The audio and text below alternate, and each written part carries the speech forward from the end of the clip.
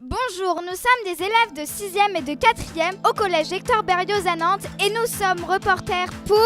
L'école de la carrière. Bonjour, aujourd'hui nous sommes avec Carole Boursier qui travaille à la ressourcerie de Lille. Il s'agit d'une association pour le réemploi et la réutilisation d'objets du quotidien. Donc nous allons essayer d'en savoir un peu plus avec nos questions. Bonjour Carole. Bonjour. Pourriez-vous vous présenter en quelques mots ? Je suis responsable de la communication et du développement de réseau à la ressourcerie de Lille, où je travaille depuis 6 ans à peu près. Quelles sont les missions de la ressourcerie ? La ressourcerie a pour mission de collecter tous les objets qui sont inutiles pour leurs propriétaires, mais qui peuvent resservir. Et ces objets, qu'est-ce qu'on en fait ? On les trie, on les revalorise et on les repropose à la vente dans notre boutique, du coup à prix attractif. Et au travers de tout ça, on sensibilise tous les gens à consommer différemment. C'est-à-dire, au lieu d'acheter du neuf, peut-être qu'on peut penser à acheter de l'occasion. Et puis au lieu de jeter, on peut peut-être penser à donner pour que ça resserve à quelqu'un d'autre. Comment fonctionne la ressourcerie ? Et la ressourcerie de Lille, elle est organisée en plusieurs services. Donc il y a justement des services collecte, les services plutôt vente.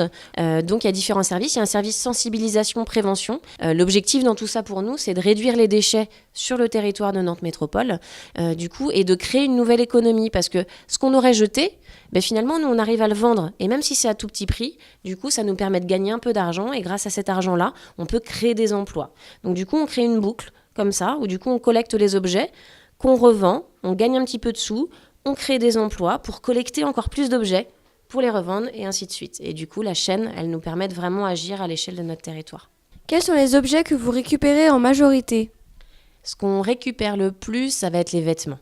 Tout ce qui est textile, parce que c'est des choses dont on se sert le moins souvent. Vous comme moi, au bout d'un moment, je me suis lassée de mon pull ou de mon pantalon, ou je l'ai un peu abîmé parce que je le porte souvent. Et du coup, c'est les choses qu'on récupère le plus. Mais ce qui est intéressant, parce que c'est aussi ce que les gens cherchent le plus à acheter. Pourquoi employez-vous des gens en difficulté sociale ?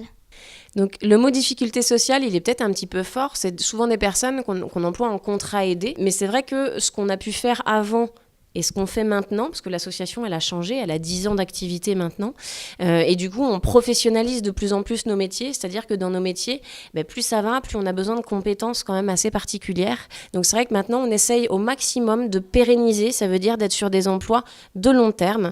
Donc du coup, les personnes qu'on a embauchées en contrat aidé avant, on essaye de pérenniser leur poste, c'est-à-dire de les embaucher en CDI pour rentrer dans des formations un peu plus poussées et puis arriver à développer des vraies compétences dans le travail. Merci à vous d'avoir répondu à nos questions. On vous souhaite à tous une très belle journée et merci à nos auditeurs pour leur fidélité.